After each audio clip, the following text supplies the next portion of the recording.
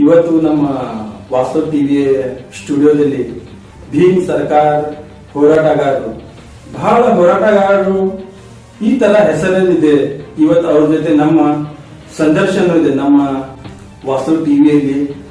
ಅವ್ರು ಯಾವ ತರ ಹೋರಾಟ ಮಾಡಿದ್ದಾರೆ, ಯಾವ ತರ ಈಗ ಹೋರಾಟ ನಡೆದಿದೆ, ಆವಾಗಿನ ಅಧಿಕಾರಿಗಳು ಈಗಿನ ಅಧಿಕಾರಿಗಳ ಬಗ್ಗೆ ನಮ್ಮ ಭೀಮ್ ಹೋರಾಟ ಪರಶುರಾಮ್ ಚಲವಾದಿ ಅವ್ರ ಜೊತೆ ಚರ್ಚೆ. ನಮಸ್ಕಾರ. ಎಷ್ಟು ವರ್ಷ ಆಯ್ತು ಸರ್ ತಾವು ಹೋರಾಟ ಮಾಡ್ತೀವಿ? ಸರ್ ನಾವು ಸಂಘಟನೆ ಮಾಡೋದಕ್ಕೂ 25 ವರ್ಷ. 25 ವರ್ಷದಿಂದ ಅಲ್ಲಿಂದ ಇಲ್ಲಿಯವರೆಗೆ ಆ ಸಂಘಟನೆ ಮೇಲೆ ಈ ಸಂಘಟನೆ ಹೋರಾಟ ಮಾಡೋದು. ಯಾಕಪ್ಪ ಅಂತಂದ್ರೆ 25 ವರ್ಷ ಹಿಂದಗಡೆ ಸಂಘಟನೆಗಳು ಬಹಳ ಸ್ಟ್ಯಾಂಡ್. ಯಾಕೆ ಸ್ಟ್ಯಾಂಡ್ ಇದ್ದಪ್ಪ ಅಂತಂದ್ರೆ ಯಾವುದೋ ಅಧಿಕಾರಿಗಳಿಗೆ ಒಂದು ಮನವಿ ಮಾಡೋದಕ್ಕೆ ಸ್ಪಂದನೆ ಕೊಡ್ತಾರೆ.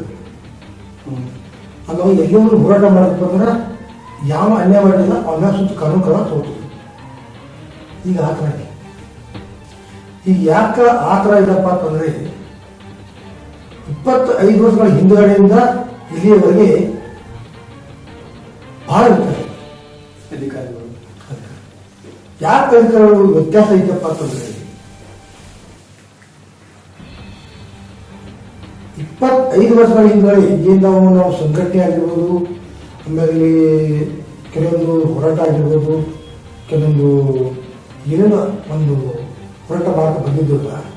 ಆ ಹೋರಾಟ ಮಾಡಕ್ ಬಂದುವಾಗ ಅಧಿಕಾರಿಗಳು ತಕ್ಷಣ ನಮ್ಮ ಕರೆದು ಮುಂದುವರಿಸಿ ಕಾನೂನು ಕ್ರಮ ತಗೋತಾರೆ. ಈಗಿಲ್ಲ. ಈಗ ಯಾಕೆ ಇಲ್ಲಪ್ಪ ಅಂತಂದ್ರೆ ದೊಡ್ಡ ಪ್ರಮಾಣದಾಗ ನಾವು ಒಂದು ಹೋರಾಟ ಮಾಡಿ ಸಂಬಂಧಪಟ್ಟ ಡಿಸಿಗಳು ನಾವು ಭೂಮಿ ಮಾಡಿದ್ರು ಕೂಡ ಇನ್ನೂ ತನ ಯಾವ ತಪ್ಪು ಮಾಡಿದ್ದಾನ ಆ ವ್ಯಕ್ತಿ ಮೇಲೆ ಕಾನೂನು ಕ್ರಮ ತಗೊಂಡಿಲ್ಲ.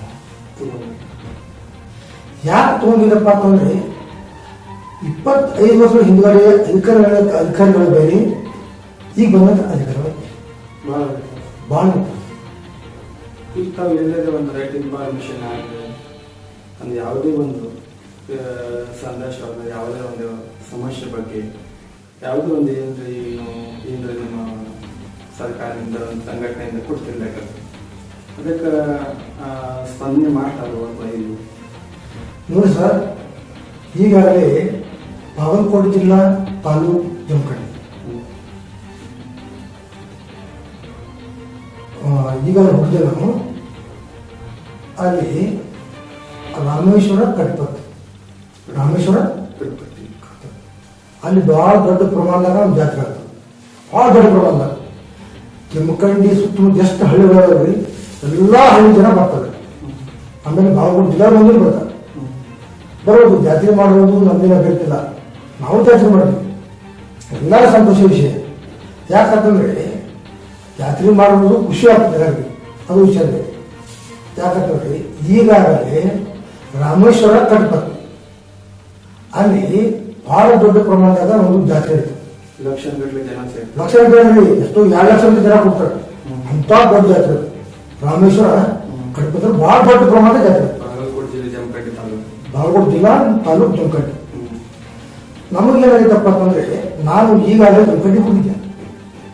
ಜಮಖಂಡಿ ಹೋದ ತಕ್ಷಣ ನಾನು ನೋಡಿದೆ, ನಾನು ಕುಲಂಕುಷ ಪರಿಶೀಲನೆ ಮಾಡಿದೆ, ಒಬ್ಬರು ವಿಚಾರಣೆ ಮಾಡಿದೆ. ನಾನು ವಿಚಾರಣೆ ಮಾಡಿದಾಗ ಅವ್ರು ಏನಪ್ಪ ಅಂತಂದ್ರೆ ಏನ್ ಹೇಳ್ತಾ ಇದ್ದೀರಿ ಇಲ್ಲ ಸರ, ಇದು ರಾಮೇಶ್ವರ ಕಟ್ಪತ್ ಅಂದ್ರೆ ಬಹಳ ದೊಡ್ಡ ಪ್ರಮಾಣದಾಗ ಜಾತ್ರೆ ಆಗ್ತದ.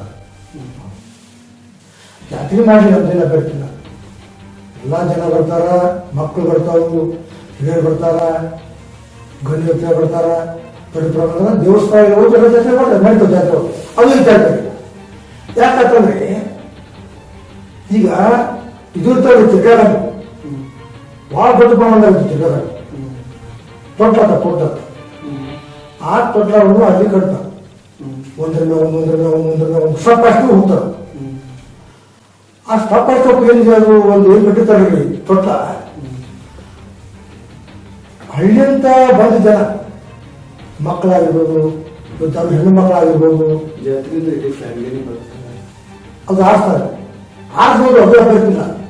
ಯಾಕಂದ್ರೆ ಜಮಖಂಡಿ ಸಂಬಂಧಪಟ್ಟ ಅಧಿಕಾರಿಗಳು ಇವತ್ತ ಕೂಸದೇ ಆಗಿರ್ಬೋದು, ಆಮೇಲೆ ತಹಸೀಲ್ದಾರ್ ಮೇಡಮ್ ಆಗಿರ್ಬೋದು, ಈಗಾಗಲೂ ಕೂಡ ಮದುವೆ ಸುಖ ಮಾಡಿದ್ದೀನಿ. ಯಾಕೆ ಮದುವೆ ಮಾಡಿದ್ದೀನಪ್ಪ ಅಂತಂದ್ರ ರಾಮೇಶ್ವರ ಗಣಪತಿ ಜಾತ್ರೆ ಆಗ್ತದಲ್ರಿ, ಆ ಜಾತ್ರೆ ಒಳಗ ಕುಲಂಕುಷವಾಗಿ ಪರಿಶೀಲನೆ ಮಾಡಿ ಯಾಕಂದ್ರೆ ಭೂಮಿ ಹೆಂಗಿರ್ತದೆ ಗೊತ್ತಾಗ, ಭೂಮಿ ಹೆಂಗಿರ್ತದೆ, ಏನು ಗಟ್ಟಿ ಇತ್ತು ಏನು ಗಟ್ಟಿ ಇತ್ತು, ಯಾಕಂದ್ರೆ ಮಕ್ಕಳು ಇರ್ತಾವ, ನಮ್ಗೆ ಹೆಣ್ಣು ಮಕ್ಕಳು ಇರ್ತಾವ, ಬೇಲಿಂದ ಕಡೆಯಿಂದ ಬಿದ್ದರಪ್ಪ ಅಂತಂದ್ರ ಸಮಸ್ಯೆ ಯಾರು ನಮ್ದು ಅಲ್ಲ ನಿಮ್ದು ಅಲ್ಲ, ಸಂಬಂಧಪಟ್ಟದ ಅಧಿಕಾರ ಸಮಸ್ಯೆ. ಹೌದಲ್ರಿ? ಅದಕ್ಕೆ ನಾನು ಈಗಾಗಲೇ ಸಂಬಂಧಪಟ್ಟ ಪೂರ್ಸಭೆಗೆ ಒಂದು ಮನವಿ ಮಾಡಿದ್ದೇನೆ. ಯಾಕಪ್ಪ ಮನವಿ ಮಾಡಿದ್ದೀನಪ್ಪ ಅಂತಂದ್ರೆ ರಾಮೇಶ್ವರ ಗಣಪತಿಯಲ್ಲಿ ಜಾತ್ರೆ ನಡೀತು. ಅವರು ಮನವಿ ಮಾಡಿ ಹೇಳ್ತೀವಿ, ನೋಡಿ ಸರ ಅದು ಒಂದು ಜಾತ್ರೆ ನಡೀತಾ ಇದ್ದಿ, ಅದು ನೀವು ಹೋಗಿ ಕುಲಂಶ ಪರಿಶೀಲನೆ ಮಾಡಿ ಅದ್ರ ಬಗ್ಗೆ ನೋಡಿಸಿಂದ ಏನು ಅಂದ್ರೆ ಜಾಗ ಸರಿಯಾಗಿತ್ತು ಇಲ್ಲೋ, ಯಾಕಂದ್ರೆ ಹಳ್ಳಿನ ಜನ ಬರ್ತಾರ. ಆಮೇಲೆ ಪೂರ್ಸಭೆ ಮಾಡಿದ್ದೀನಿ. ಎರಡನೇದು ಸಂಬಂಧಪಟ್ಟ ತಹಸೀಲ್ದಾರ್ ಮೇಡಮ್ ಮಾಡಿದ್ದೀನಿ. ಆ ತಹಸೀಲ್ದಾರ್ ಮೇಡಮ್ ನಾವು ಕೇಳಿದ್ರಿ, ರಾಮೇಶ್ವರ ಗಣಪತಿ ಜಾತ್ರೆ ನಮಗೆ ಗೊತ್ತಿರೋದು, ಇಂಥ ತಿರ್ಗಾಳಿ ಬರ್ತಾವು, ದೊಡ್ಡ ತೊಟ್ಲಾ ಕಟ್ತಾರ ಅನ್ನೋದು ನಮ್ಗೆ ಗಮನಕ್ಕಿಲ್ಲ. ಅವ್ರ ಅನುಮತಿ ಬೇಕಾಗ್ತದಲ್ಲ, ಅಲ್ಲಿ ಸಂಬಂಧಪಟ್ಟ ಅಧಿಕಾರಿಗಳದ್ದು ಅನುಮತಿ ಬೇಕು, ತಹಸೀಲ್ದಾರ್ ಬೇಕು, ಸಂಬಂಧಪಟ್ಟಂತ ಪೊಲೀಸ್ ಸ್ಟೇಷನ್ ಬೇಕು, ಇಲ್ಲಿ ಸಂಬಂಧಪಟ್ಟ ಬಹಳ ಅಧಿಕಾರಿಗಳು ಇರುತ್ತೆ. ಸಂಬಂಧಪಟ್ಟಂತ ಎಲ್ಲ ಮೊದಲನೇ ಸ್ಟಾರ್ಟ್ ಎಲ್ಲ ಪರ್ಮಿಷನ್ ತಗೊಂಡದ್ದು ಮಾಡ್ಬೇಕಂತ ಅಂತಿಸಿದೆ ಎಲ್ಲ ಮುಗಿಸಿದ್ದಾರೆ. ಸರ್ ನಿಮ್ಗೆ ಹೇಳಿ ನೋಡಿ, ಯಾವುದೋ ಒಂದು ಈ ಒಂದು ತೊಟ್ಲ ಹಾಕಿದ್ದಾರೆ, ಆ ತೊಟ್ಲ ಹಾಕಬೇಕಾದ್ರ ಒಂದು ಪೂರ್ಸಭೆ ಆಗಿರ್ಬೋದು, ಒಂದು ತಹಸೀಲ್ದಾರ್ ಆಗಿರ್ಬೋದು, ಸಂಬಂಧಪಟ್ಟಂತ ಒಂದು ಸ್ಟೇಷನ್ ಆಗಿರ್ಬೋದು, ಅದ್ರ ಲೇಖನಿ ಬೇಕಲ್ಲ, ಅವ್ರಿಗೆ ಲೇಖನಿ ಬೇಕಲ್ಲ. ಮತ್ತೆ ಲೇಖನಿಯಿಂದ ನೀವು ಹಾಕಿದ್ರಪ್ಪ ಅಂತಂದ್ರ ಬರುವಂತ ದಿನಗಳಲ್ಲಿ ಮಕ್ಕಳು ಬಿದ್ದು, ಆಮೇಲೆ ಹೆಣ್ಣು ಮಕ್ಕಳು ಬಿದ್ದಪ್ಪ ಅಂತಂದ್ರ ಅದಕ್ಕೆ ಯಾರು ಸರ್ ಹೊಂದಾಣ ಸಂಬಂಧಪಟ್ಟ ಅಧಿಕಾರಿ ಅದಕ್ಕೆ ನಾವೇನ್ ಮಾಡಿದೆ, ಈಗಾಗಲೇ ಜಮಖಂಡಿ ತಾಲೂಕಿಗೆ ಏನು ಗ್ರಾಮೀಣ ಬರ್ತಾರೆ ಸ್ಟೇಷನ್, ಆ ಗ್ರಾಮೀಣ ಸ್ಟೇಷನ್ ಹೋಗಿ ನಾವು ಈಗ ಲೆಟರ್ ಕೊಡಕ್ ಹೋಗಿದ್ದೇವೆ. ಲೆಟರ್ ಕೊಡ್ಲಕ್ಕೆ ಹೋದಾಗ ಡಿವೈಸ್ ಇದ್ರು ಸಾಹೇಬ್ರ, ರಾಮೇಶ್ವರ ಗಣಪತಿಯಲ್ಲಿ ಬಹಳ ದೊಡ್ಡ ಪ್ರಮಾಣದ ಜಾತ್ರೆ ಆಗ್ತದೆ ಸರ್, ಅದ್ರ ಬಗ್ಗೆ ನೀವು ಕುಲಂಕುಷವಾಗಿ ಪರಿಶೀಲನೆ ಮಾಡಿ ಸರ್, ಅದು ಏನೇ ಸರ್ ವರದಿ ಕೊಡುತ್ತೆ ಕೇಳಿ ನಾವು. ಅವರು ಏನಾದ್ರು ಗೊತ್ತಾ ನಮಗೆ, ಎಲ್ಲಿಂದ ಬಂದು ಕೇಳ ನಾವು ಸರ್, ನಾವು ಬಿಜಾಪುರದಿಂದ ಬಂದ ಸರ್, ಭೀಮ್ ಸರ್ಕಾರ ಸಂಘಟನೆ ಸಂಸ್ಥಾಪಕ, ಬಿಜಾಪುರದಲ್ಲೇ ನೀವು ಕೊಡಬೇಕು, ಇಲ್ಲಿ ಬರೋದಿಲ್ಲ. ಜಮಖಂಡಿ ಡಿವೈಎಸ್ಪಿ ಗ್ರಾಮೀಣರು ನೀವು ಬಿಜಾಪುರದಲ್ಲಿ ಇಲ್ಲಿ ಬರೋದಿಲ್ಲ. ಸರ್ ಏನಾಗ್ಬಿಟ್ಟಿದೆ ಗೊತ್ತಾ, ಡಾಕ್ಟರ್ ಬಾಬಾ ಸಾಹೇಬ್ ಅಂಬೇಡ್ಕರ್ ಅವರು ಈ ಭಾರತ ದೇಶದ ಸಂವಿಧಾನ ಕೊಟ್ಟಿದ್ದಾರೆ, ಸಮಾನತೆ ಕೊಟ್ಟಿದ್ದಾರೆ. ಅಂದ್ರೆ ಭಾರತ ದೇಶ ಬಿಟ್ಟು ಏನು ಜಮಖಂಡಿ ಕಾನೂನು ಬೇರೆ ಇದೆ, ಭಾರತ ದೇಶ ಕಾನೂನು ಎಲ್ಲ ಒಂದೇ. ಬಾಬಾ ಸಾಹೇಬ್ ಅಂಬೇಡ್ಕರ್ ಅವರು ಇಡೀ ಭಾರತ ದೇಶಕ್ಕೆ ಒಂದೇ ಸಂವಿಧಾನ ಹೌದಲ್ವಾ? ಮತ್ತೆ DSP ಸಾಹೇಬ್ ಯಾಕೆ ಆಗ್ತಾ ಇಲ್ಲ? ನಾ ಬಿಜಾಪುರದ ಬಂದಪ್ಪ, ನೀವು ಬಿಜಾಪುರಿಗೆ ಕೊಡ್ತಾರೆ. ಭಾರತ ದೇಶದ ಕಾನೂನು ಬೇರೆ, ಜಮಖಂಡಿ ಕಾನೂನು ಬೇರೆ. ಯಾಕೆ ಸರ್? ಅವ್ರಿಗೆ ಅಷ್ಟು ತಿಳಿದಿಲ್ಲ ಅನ್ಸಲ್ಲ, ಸಂವಿಧಾನ ಸ್ವಲ್ಪ ಓದಿಲ್ಲ ಅನಿಸ್ತದ. ಸಂವಿಧಾನ ಉದ್ಯೋಗ ಮಾಡೋದು ಗೊತ್ತಿಲ್ಲ, ಯಾಕಂದ್ರೆ ನಾವು ಏನ್ ಹೇಳ್ತಾ ಇದ್ದೇವೆ ಅವ್ರು ಗಮನಿಸಿಲ್ಲ. ನೀವು ಬಿಜಾಪುರದಲ್ಲೇ ಕೊಡ್ಬೇಕು ಅನ್ನೋ ಮಾತಾಡ್ತಾರೆ ಅವರು, ಇಲ್ಲಿ ಯಾಕೆ ಕೊಡ್ತೀವಿ ನೀವು ಅದು ಮಾತ್ರ ಇವತ್ತು ಜಮಖಂಡಿ ದಿವಸ ಮಾತಾಡೋದು. ಅದು ನಿಮ್ ರಿಜಿಸ್ಟರ್ ಇಡೀ ಕರ್ನಾಟಕದಲ್ಲಿ ಇದೆ ಅನ್ನೋದು ಅವ್ರಿಗೆ ಗೊತ್ತಿಲ್ಲ, ಅವ್ರಿಗೆ ಗೊತ್ತಿಲ್ಲ. ಅದಕ್ಕೆ ಏನಾಗ್ಬಿಟ್ಟಿದೆಪ್ಪ ಅಂತಂದ್ರೆ ಜಮಖಂಡಿ DSP ಸಾಹೇಬರು ನೀವು ಬಿಜಾಪುರದಲ್ಲೇ ಕೊಡ್ಬೇಕು, ಇಲ್ಲಿ ನೀವು ಕೊಡಕ್ಕೆ ಬರಲ್ಲ ಅಂತಂದಾಗ ಆಯ್ತು ಬಂದು ಅಂದ್ರೆ ಅಲ್ಲಿ ಕಾನೂನು ಇಲ್ಲಿ ಕಾನೂನು ವ್ಯತ್ಯಾಸ ಮಾಡಾಕತ್ತಾರೆ ಅಧಿಕಾರಿಗಳನ್ನು. ನಾವೇನು ವಿಚಾರ ಮಾಡಬೇಕು ಅಂದ್ರೆ ಡಾಕ್ಟರ್ ಬಾಬಾ ಸಾಹೇಬ್ ಅಂಬೇಡ್ಕರ್ ಅವರು ಈ ಭಾರತದ ಸಂವಿಧಾನ